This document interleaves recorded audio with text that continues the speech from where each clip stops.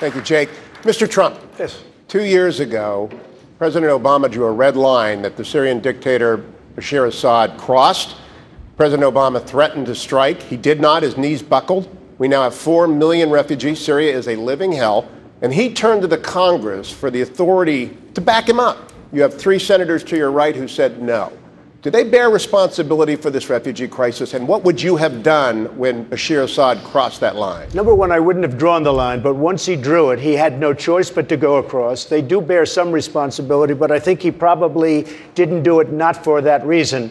Somehow he just doesn't have courage. There's something missing from our president. Had he crossed the line and re-gone in with force and done something to Assad, if he had gone in you with tremendous force, you wouldn't have millions of people displaced all over the world. How much responsibility, Mr. Trump, did the senators hold? I think they had a responsibility, absolutely. I think we have 3 of them here. Senator Rubio? I think they had a responsibility. Yes. Let me tell you, we have zero responsibility, because let's remember what the president said.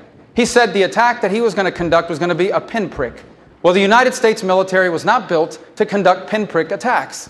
If the United States military is going to be engaged by a commander-in-chief, it should only be engaged in an endeavor to win.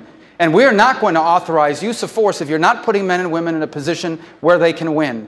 And quite frankly, people don't trust this president as commander-in-chief because of that. Senator Paul.